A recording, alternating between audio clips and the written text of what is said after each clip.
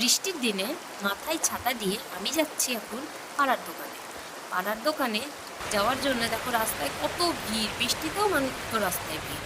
তো রাস্তা পেরিয়ে আসলাম দাদার দোকান। দাদা এখন আমাকে মাংস কেটে দিচ্ছে। এই যে আমাদের পাড়া, যেখানে সব সময় বৃষ্টি হলেই জল জমে।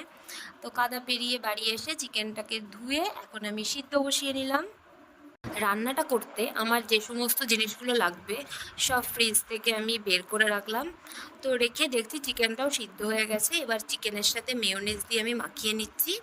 তো ওইদিকে আমার দিদি গ্যাসে ব্রেডগুলোকে সেঁকে নিচ্ছে। ব্রেডগুলো শেখার পর ওর এই রান্নাটা ওই করছে। তো চিকেনের পুর দেওয়া হয়ে গেছে। তো আজকে ছিল বৃষ্টির দিন, তো বৃষ্টির দিনে কিছু না কিছু খেতে মন করে, ভালো কিছু। তো আজকে এই রান্নাটা আমাদের করা ঠিক ছিল না। হঠাৎ করে মনে হলো যে কিছু একটা খাই, তো বানিয়ে ফেললাম চিকেন স্যান্ডউইচ।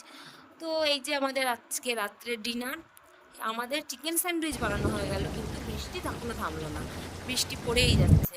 তো বৃষ্টির মতো পড়ে যাক, আমরা এখন ডিনারটা সেরে নিই।